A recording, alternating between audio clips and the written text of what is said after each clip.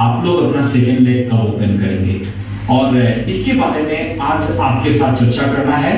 और वो चर्चा का सबसे पहला नंबर चीज कि अगर आप वो सवाल करना चाहते हैं, अगर वो सवाल पूछना चाहते हैं कि आपको अपना सेकेंड लेग ओपन कब करना है, आप अपने पर्सपेक्टिव का ज्वाइनिंग कब एक दूसरे ग्रुप में ज्वाइन कराएंगे, यानी आप अपना सेकेंड थर्ड जो भी ग्रुप आप ओपन कर रहे हैं वो कब ओपन करेंगे पर्सनली, तो सबसे पहला नंबर चीज आपको ख्याल रखना है कि सिस्टम जो इजाजत देती है वो तब कहती है कि आप अपना सेकेंड लेग ओपन करें जब आप यहां से अपने बलबूते पे अपने पांव पे खड़ा हो जाते हैं, यानी सिस्टम को आप खुद ऑपरेट करने लग जाते हैं, तो ही सर आपको सिस्टम इजाजत देती है आपके सेकेंड लेग ओपन करने के लिए। अब दोस्त थोड़ा सा ख्याल रखेंगे कि सिस्टम में क्या क्या बात की ऐसी जानकारी आपको रखना पड़ेगा, वो बात मैं बात करूंगा आपके साथ। तो सबसे पहला नंबर पॉइंट कि जब तक आपको अपना दूसरा लेग ओपन नहीं करना है, जब तक कि आप आरसीएम का प्लान खुद से ना दिखा दे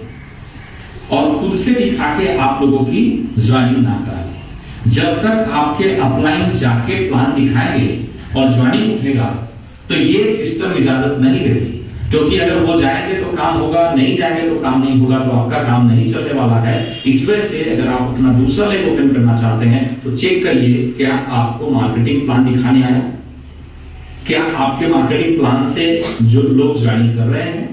अगर नहीं आ रहा है तो पहला काम आप मार्केटिंग प्लान सीखे, फिर मार्केटिंग का वो प्लान दिखाते हुए ज्वाइनिंग करवाए तो आप अपने सेकेंड लेग में ज्वाइनिंग करा सकते हैं। दूसरा नंबर चीज आता है कि आप अगर सेकेंड लेग ओपन करना चाहते हैं तो दूसरा नंबर पॉइंट चेक करिए कि क्या आपके पास में आरसीएम के सिस्टम आपको पता है। सिस्टम बोले तो सिस्टम में आता है सबसे पहला नंबर चीज 6 बेसिक, क्या आपको पता है, क्या आपको 8 कोर स्टेप पता है, क्या आप आरसीएम बिजनेस का 7 कार्डिनल रूल्स जानते हैं। ये सिस्टम बोला जाता है इसको सर। अगर आप ये 3 बातें नहीं जानते हैं तो पहले उसको जाने, सीरीज बना हुआ है, लेसन बने हुए हैं, जानकारी दी गई है, आप वहां से सीखिए। तो आपको दूसरा नंबर काम करना है, सिस्टम के बारे में जानकारी देना है। सिस्टम के बारे में जानकारी हो जाएगी तो ही आप अपने द्वारा ज्वाइन कराए हुए लोगों को वो बातें बता पाएंगे। तो आपको दूसरा नंबर काम करना है, सिस्टम की जानकारी देना है। उसके बाद अगर हम तीसरे टॉपिक पे बात करते हैं तो तीसरा टॉपिक आता है कि प्लान के भीतर में एक कैलकुलेशन पार्ट आता है, जिसको कैलकुलेशन पार्ट तो हम लोगों को पता होना चाहिए कि हम इंसेंटिव अपना कैसे निकालें। आपको आपके बिजनेस के आधार पे कितना इंसेंटिव बनने वाला है वो आपको पता होना चाहिए, क्योंकि सर अगर आपको कैलकुलेशन पता नहीं है और अपने टीम को कैलकुलेशन आप नहीं दे पाएंगे तो आप सेकेंड लेग ओपन करने के अधिकारी नहीं है। क्योंकि पहले सर आप अपने जानकारी को अपडेट करिए, पहले आप सर इस सिस्टम के भीतर में सीखिए, तभी सर किसी नए का निर्माण करिए, नहीं तो सर आप उसको चला नहीं पाएंगे, आपकी मुश्किलें बढ़ जाएंगी। तीसरा नंबर पॉइंट के बाद चौथा नंबर पॉइंट हम लोग के पास में आता है कि देखिए जब हम डायरेक्ट सेलिंग के भीतर में काम कर रहे हैं तो ये एक नया सब्जेक्ट है, और जब नया सब्जेक्ट होता है तो यहाँ पे लोगों की जानकारी कम होती है, और जानकारी जहां कम होगी तो वहां से निगेटिविटी ज्यादा लोग बात करेंगे, कुछ ये कहेंगे, कुछ वो कहेंगे, कुछ ऐसे कहेंगे, कुछ ऐसे कहेंगे, लोगों की आदत है। तो मैं आपको कहना चाहता हूं कि आपको लोग निगेटिव से निगेटिव क्वेश्चन करें इस इंडस्ट्री के बारे में, डायरेक्ट सेलिंग के बारे में, आरसीएम के बारे में, तो आपके पास क्या इतनी जानकारी है कि आप उनके क्वेश्चन का ऑब्जेक्शन हैंडलिंग कर सके, पूरी जानकारी दे सके। अगर आपको लगता है कि वो सारे के सारे चीज आप आंसर कर सकते हैं तब तो सर आप सेकेंड लेग ओपन करें, नहीं तो अगर आपको मदद लेके बताने की जरूरत पड़ रही है तो फिर आप अपने अपलाइन के साथ पहले वो सीखिए कि हम यहाँ ऑब्जेक्शन हैंडलिंग यानी प्रॉब्लम का समाधान कैसे, निगेटिव से निगेटिव क्वेश्चन का आंसर कैसे करते हैं। Point number 4।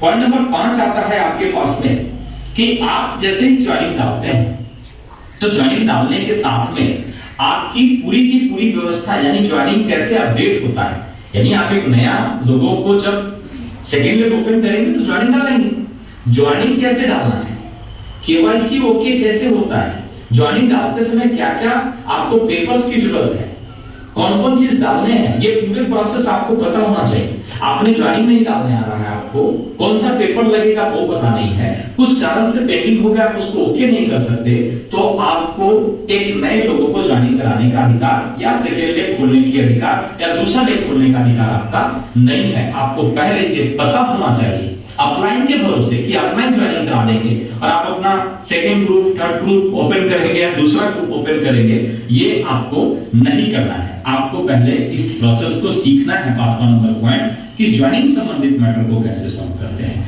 उसके बाद आता है सर आपका 6 नंबर पॉइंट कि हम सर लेग जो है, हमारा जो स्ट्रक्चर है लेग का, उसको कैसे मेंटेन करें। देखिए लोग क्या करते हैं सर कि अब एक जगह पे काम कर रहे हैं, उनके 5 मित्र हैं इस जगह पे, 5 दोस्त हैं उनका, उसमें से 3 लोगों को एक तरफ, 2 लोगों को एक तरफ ज्वाइन करा दिया। आपको पता ही नहीं है कि सर इसके समस्या और प्रॉब्लम्स क्या होने वाले हैं, तो सिस्टम इसकी इजाजत नहीं देती। सिस्टम कहती है सर कि एक जगह के एक लोगों को एक ही टीम में आपको रखना चाहिए, लेकिन आप अपने फायदे के लिए उसी जगह पे 2 डिवाइडेशन कर दिया।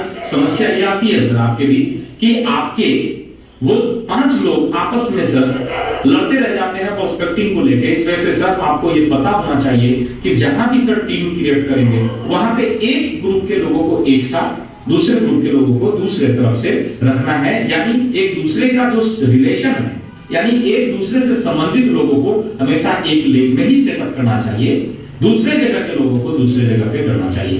कभी कभी लोग सोचते हैं कि मैं जहां बिजनेस कर रहा हूं उसी जगह पे सर स्टार्ट करके दोनों लेग ओपन कर देते हैं, संभालना आसान होगा। तो मैं आपको कहना चाहूंगा कि संभालना आसान नहीं होगा सर, संभालना मुश्किल हो जाएगा। और एक ही जगह पे सर बिजनेस ऐसा आप लोग हौच-पौच कर देंगे कि सर आने वाले समय में सारा का सारा बिजनेस खत्म हो जाएगा। इस वजह से ध्यान रखिए सर, जैसे दूसरा ग्रुप ओपन करना है तो लेग सेटिंग्स में समझना है कि वो थोड़ा बाहर का प्लेस होना चाहिए सर। जहां आप काम कर रहे हैं वहां कॉमन ग्रुप बनाइए, एक ग्रुप बनाइए, पावर ग्रुप बनाइए, हमेशा दूसरा ग्रुप बाहर ओपन करिए। इनके साथ उनका संबंध नहीं होना चाहिए। और सबसे लास्ट पॉइंट, आप अगर इस आंसर बदस में अपना दूसरा लेग ओपन कर दिए हैं, एक लोगों की भी अगर आपने ज्वाइन करा दिया है दूसरे लेग में, तब आपको इस सिस्टम को छोड़ने की आजादी नहीं है। देखिए इस सिस्टम में लोग ज्वाइन करते हैं, ज्वाइन करने के बाद 2 महीना, 3 महीना, 5 महीना, 6 महीना, 1 साल के बाद में छोड़ के चले जाते हैं। देखिए मैं इतना ही कहना चाहता हूं, छोड़ के चले जाने वाले लोग को जीवन में कुछ नहीं मिलता, लेकिन जो पकड़ के रहते हैं उस बिजनेस में डायमंड बनते हैं। 2 समस्याएं, प्रॉब्लम सारे काम में है, समस्या प्रॉब्लम से यहां भी आपको फेस करना पड़ेगा। लेकिन सर सारे जगहों पे समस्या प्रॉब्लम जीवन भर चलता रहेगा। यहाँ प्रॉब्लम सर ज्यादा से ज्यादा 5 साल हो सकता है, उसके बाद आपकी लाइफ सर राजा के जैसा होने वाला है और आपकी जनरेशन इस बात के लिए खुशियां मनाएगी कि आपने आत्म बिजनेस को ज्वाइन किया, डायरेक्ट सेलिंग को ज्वाइन किया। तो दोस्तों याद रखिए, आपको सिस्टम इजाजत इस तरह से सेकंड लेग ओपन करने का नहीं देती, दूसरी ग्रुप ओपन करने का नहीं देती कि आप कितने दिन टिकने वाले हैं। कहीं ऐसा तो नहीं कि आप आएंगे और फिर चले जाएंगे और आपने एक लोगों को ज्वाइन करा दिया। और दोस्त देखिए क्यों सिस्टम इजाजत नहीं दे रही है आपको कि बिना आप इसको पूरी कमिटमेंट के बिना दूसरा लेग ओपन ना करें। सर एक ग्रुप ओपन हो गया, वहां पे बहुत सारे लोग काम कर रहे हैं, वो ग्रुप सर्वाइव हो जाएगा। लेकिन अगर आपने किसी एक लोगों को दूसरे ग्रुप में ज्वाइन करा दिया और आप सिस्टम छोड़ के चले गए तो उनको सपोर्ट कौन करेगा। तो कहीं ना कहीं सर आपने जो उनको उत्पन्न किया है, उत्पत्ति किया है, वो आपको जीवन भर बदुआ देंगे। इससे बेहतर है सर कि आप एक कमिटमेंट बनाइए और जब तक आपके पास में ये 7 पॉइंट नहीं मेंटेन हो जाए जो मैंने आपको डिस्कस किया, तो आपको दूसरे लेवल पे नहीं करना चाहिए। मेरे को लगता है कि मैं आज आपको इस टॉपिक पे समझा पाया कि आपको क्यों आपकी अपलाइन सिस्टम रोकती है दूसरे ग्रुप ओपन करने के लिए। तो अगर आप अपना दूसरा ग्रुप ओपन करना चाहते हैं तो पहले चेक करिए कि क्या आप ये 7 पॉइंट मेंटेन कर रहे हैं, क्या ये 7 बिंदु आपको पता है। नहीं है तो पहले सीखिए, उसके बाद आप अपने दूसरे ग्रुप को ओपन करिए। बहुत अच्छा लगा दोस्त आपसे बात करके, फिर मुलाकात करेंगे। थैंक यू, धन्यवाद।